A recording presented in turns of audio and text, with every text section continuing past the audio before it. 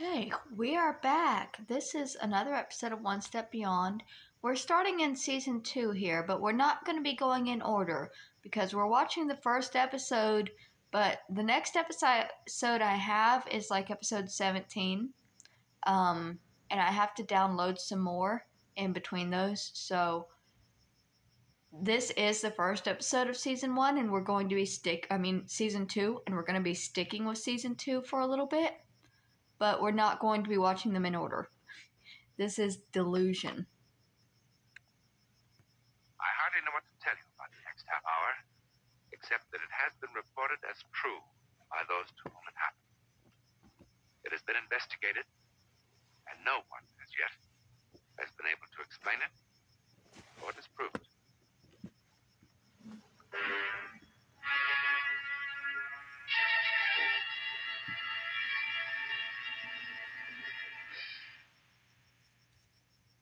Stern, Harold, age 53, died April 14th, no known next of kin. Who could explain the inexplicable events of the life of Harold Stern? Certainly what happened to him and to those involved has never happened before, and certainly it will never happen again.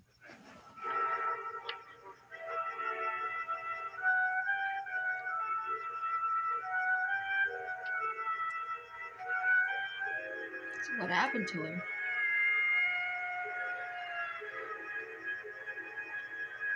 This is a really bad quality episode, too. I'm sorry. Special bulletin regarding Harold Stern. It is very urgent. Stern, whose last known address is 127 West 16th Place. Repeat, 127 West 16th Place, be located at once. Anyone knowing his present whereabouts is asked to immediately contact.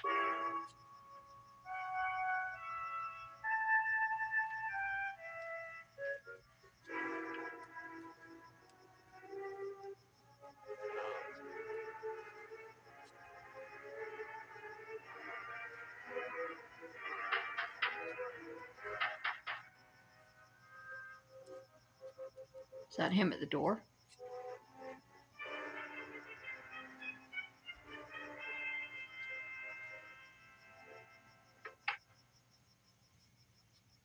What a merry chase you led us.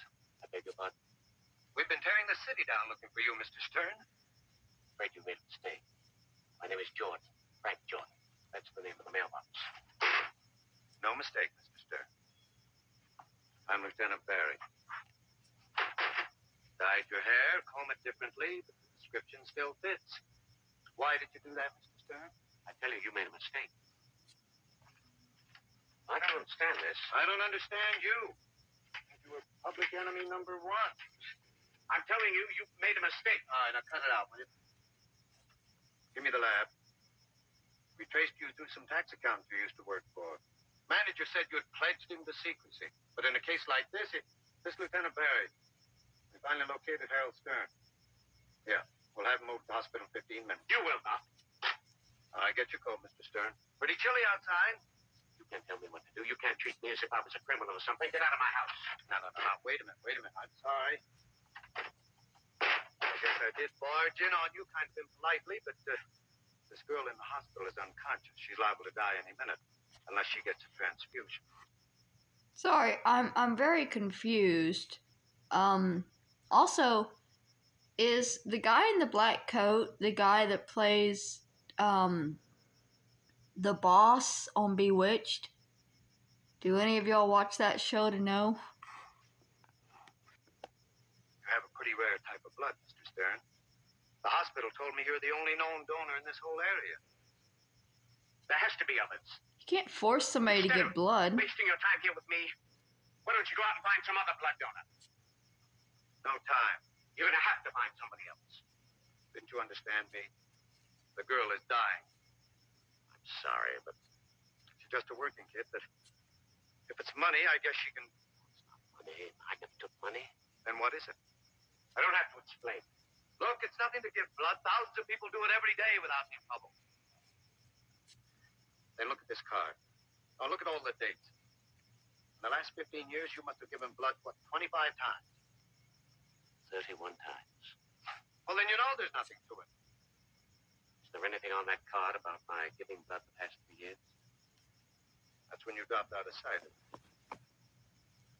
I don't want to talk about it. Changed your name, moved clear across town, warned your friends not to tell anybody? Now, look, Lieutenant, I've got a lot of tax work to complete tonight. Instead of wasting my time and yours, why don't you go out and find another blood donor?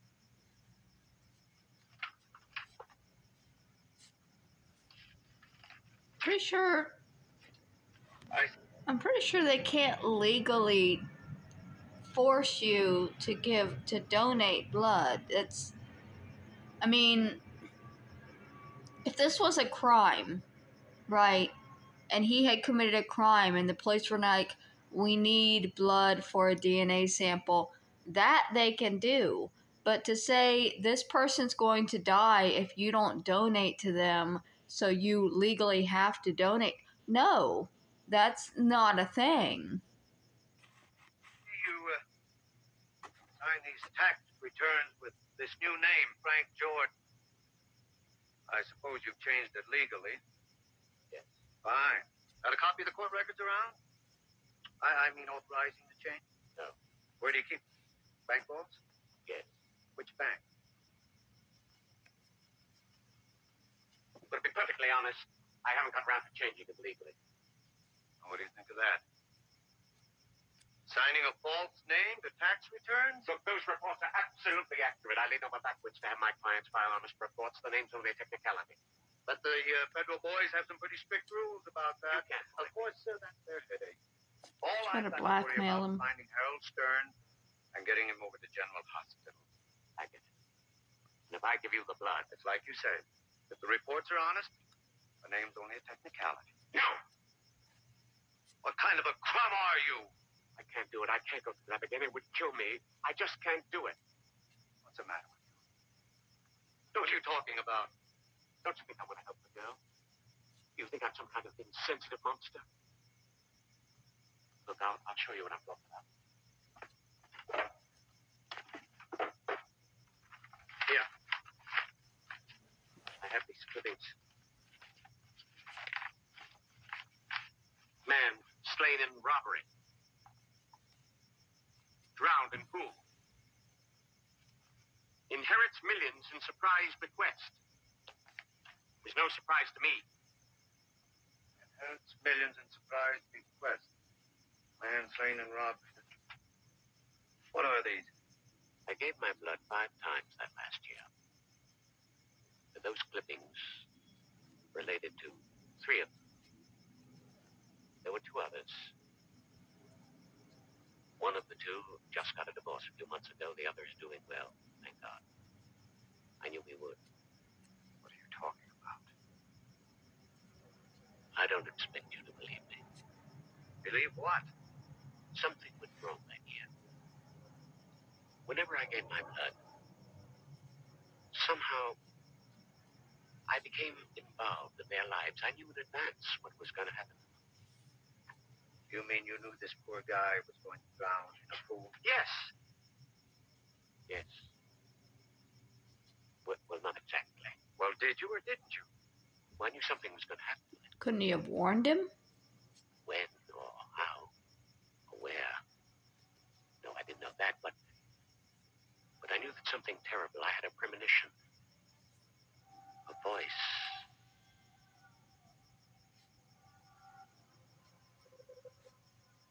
I don't care whether you believe me or not. I don't care about anything but your blood. Now, come on. Get your jacket and let's go. No, can't you understand? I can't go on living with a thing like this. Knowing in advance something was going to happen to somebody. Oh, well, if it was something good, well, that's fine. But if it isn't, then you can't do anything about it. It's a living hell. I just can't do it. I can't do it. Now, there must be some other blood donor with my type. You've got to find him. William, come in here a minute. Cat. We're taking Mr. Stern down to headquarters. Booking him on a charge of using a false name on government documents. I'll call the hospital and tell him it's all off.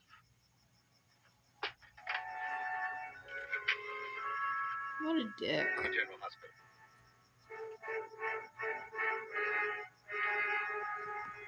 I'm sorry.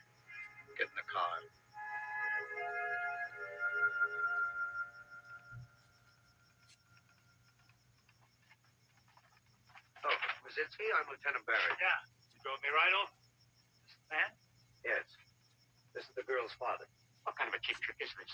So that's the call you made to the hospital to have him here, so I changed my mind? Well, it won't work.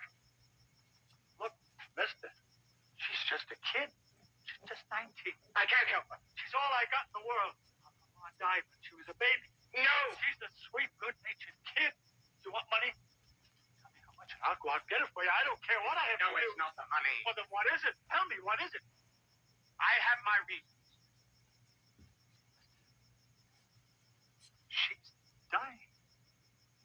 You don't want to let her die. She's dying. I can't. Make him do it. I can't make him.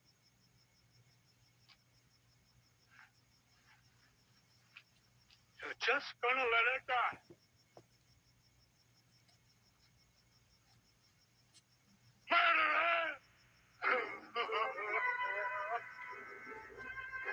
Why is there nobody else that could donate to her?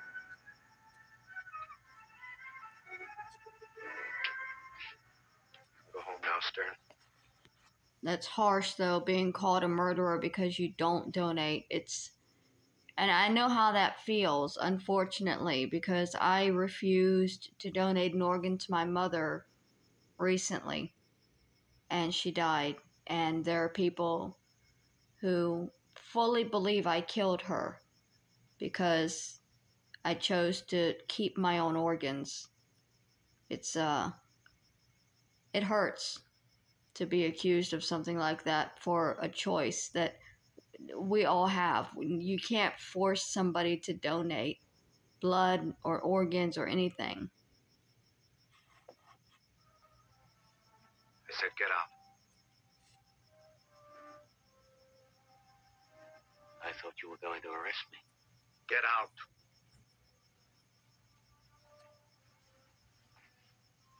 I want to congratulate you, Mr. Stern. You're a citizen we can all be proud of. Why did you have to fight? All right. All right. All right.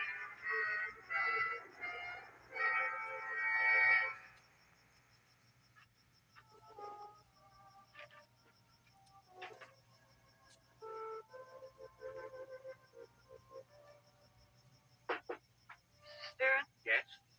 Well, I just came by to thank you. For what? Nothing.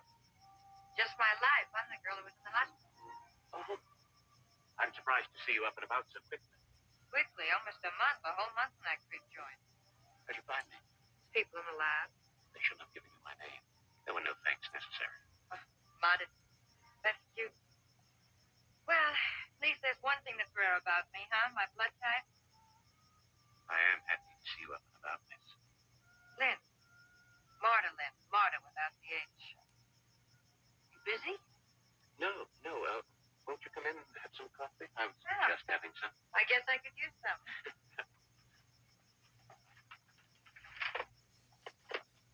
Still weak? Oh, I'll live. Is your father taking care of you? Oh, you got quite a sense of humor. Beg your pardon? As soon as my old man found out I was going to live, boom, off he went somewhere to celebrate. That's the last I saw of him. He seemed quite devoted to you. Oh, he's a big fake. Tears flow like wine, and wine flows like tears. He's been celebrating one thing or another since 1940. I mean, like World War II, the flu epidemic, recession. He'll come back crying, but only if he finds out I've been hit by a truck or somebody shot me. You shouldn't talk that way. Why not? What's the big tragedy? Nothing like that's going to happen to you. Oh? How do you know? I mean, you shouldn't be morbid. Morbid. Who is taking care of you? Same person who's been looking after me since age 10, me. Hey, got any sugar? Sugar. Oh, do you know anything about the kitten club? Kitten club? Yeah, I got an appointment for a job there. It's on this side of town. No, I don't think I know. That strip joint over on 7th Street. Strip? You mean you... Oh, no. I'm just a camera girl, but thanks for the compliment. It was nice of you to drop by. Well, thanks for the blood. I hope it brings me luck.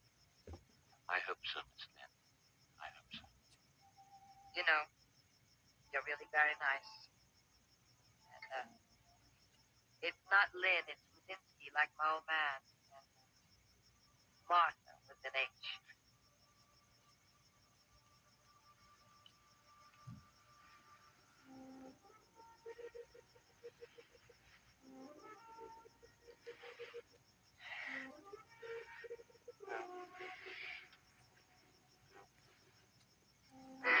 No. No, please, God, no.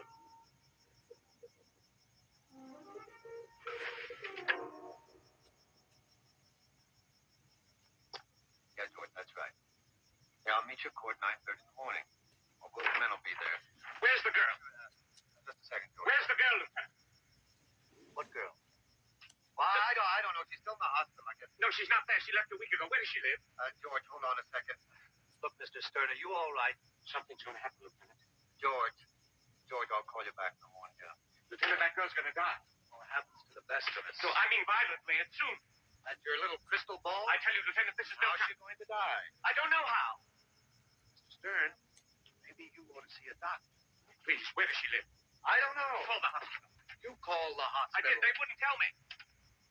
Mr. Stern, it's late and I'm tired. Look, Lieutenant, you came to me and made me do something I didn't want to do. You tricked me into it, and now you're involved, too. All right. You want to play crystal gazer?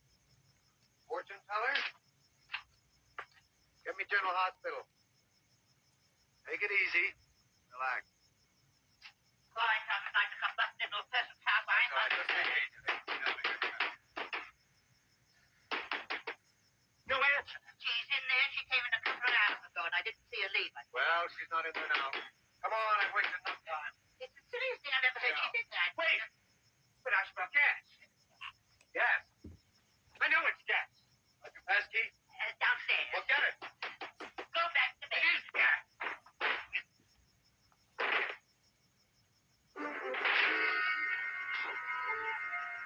I told you something was going to happen. I told you. I told you. I knew it. I knew this would happen. Gas leak? All right. Come on, let's get her out of here. Why wouldn't it affect other people in the building? Oh, you look at that door. The landlady will absolutely kill me.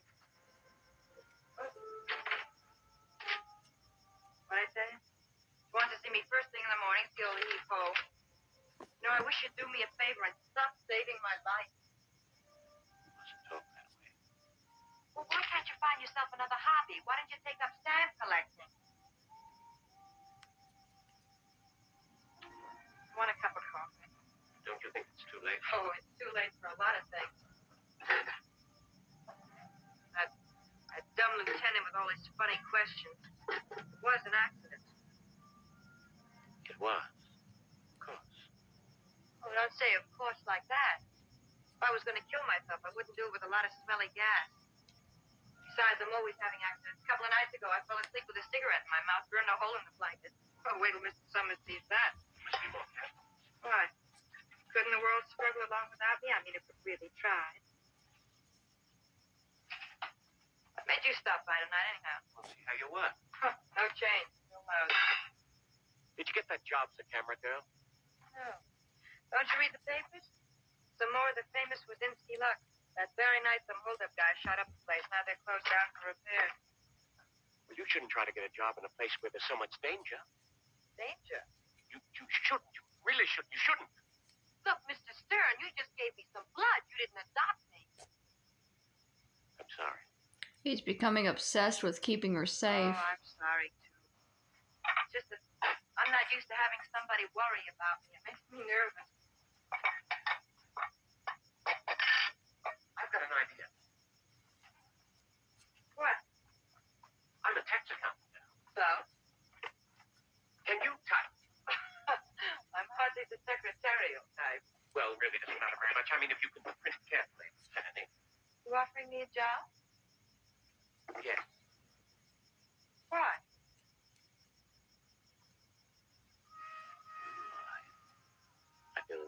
sort of responsibility for you. Why? Just do. You really mean that, don't you? Yes. For crying out loud. Look, it would be easy. You could move into my house and then we would... Oh. Why? Please don't misunderstand me. You see, it's not a very big house. But there's plenty of room. I could sleep in the attic or even get a room next door. I just thought it would be easier. Will you do it? I'd very much like to help you. Well, I sure don't have any better offers. It'd be a pleasure to get out of this dump. Thank you, Miss Smith. Wazinski. Wazinski. I thought guys like you went out of style a couple of centuries ago.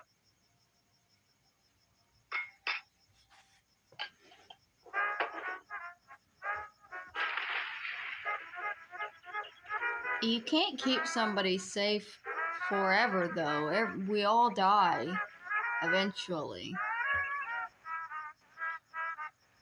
And he's much older than her, so he's not going to be able to prevent her from ever getting into an accident.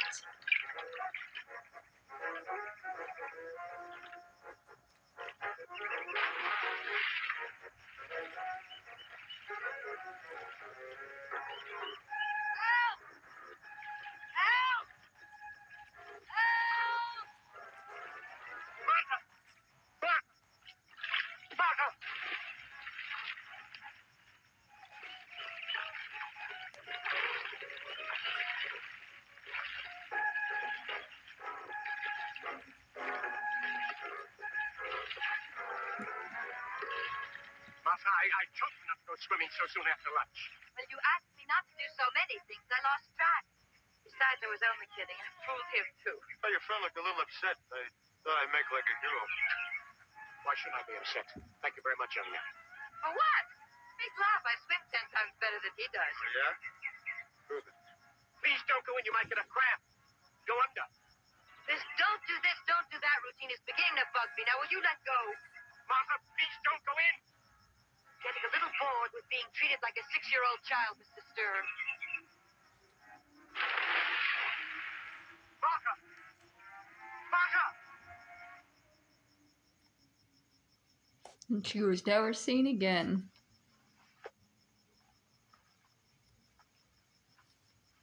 What is his plan? He can't keep her forever. Oh, hi, Grandpa. Forgot my key. You remember old Fearless Bostick? Where were you? We went for a drive. Fearless and me went for a little drive. You're both drunk. 100% super duper trooper drunk. What are you doing driving when you were drunk? Don't you know it's dangerous? You want to end up in a morgue? Worry. You know, you're like a little old lady sitting in a rocking chair worrying about this and worrying about that. Get out. Just a cotton-picking second, Grandpa. But I did something wrong. I do more things wrong. Go to bed! Wait outside. Maybe I ought to go. You better wait outside. Okay, Gramps.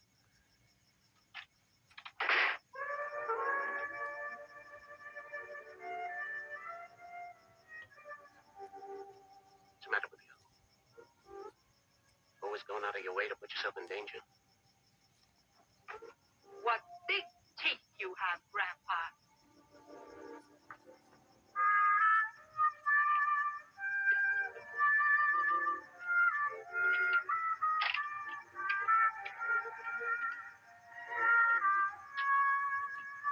Martha, I'm sorry. Did you believe it? At first I got a bang out of this kindergarten routine. Martha, if you'd only listen to me, perhaps I could explain. Oh, Mr. Stern. All right? I'll show you.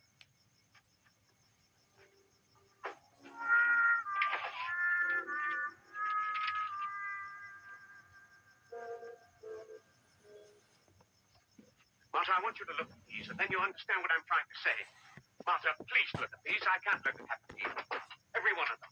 I knew what was going to happen to every one of them, both the good and the bad. Martha, I know what's going to happen to you. So do I. I'm leaving. Unless we do something to prevent it, Martha, you're going to die in a terrible way. Now, knock it off, will you? Believe me, I know. Martha, are you coming or not? He's waiting for me. If you go with this young man, something will happen. I know it will. Martha, please look at these. Will you please stop acting like this is embarrassing? Don't you think I know why you're doing it? What are you talking about? Oh, at first I thought it was cute, but who's kidding who, Mr. Stern? You're 25 years older than I am. What do you mean? You know what I mean. Now stop acting like that. What do you mean? What are you talking about? You must believe me. You just have to.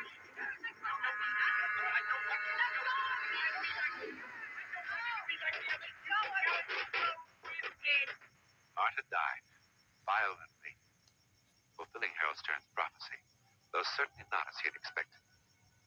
A few months later, Mr. Stern passed away in an asylum for the criminally insane, and there the matter ended. And yet there are those who still speculate about his fantastic power of clairvoyance. The woman who unexpectedly inherited great fortune and drowned, or his intuition that took him to Martin's room before the gas could kill him. Explain it we cannot. We can only wonder. Another enigma in the world that thus far remains one step beyond. In a moment, something about next week. Let's see if they'll show the name of the detective.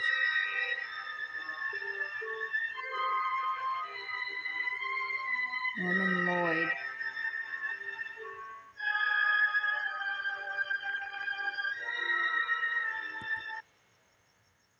Suzanne Pleasure, David White, John Brennan. David White sounds familiar.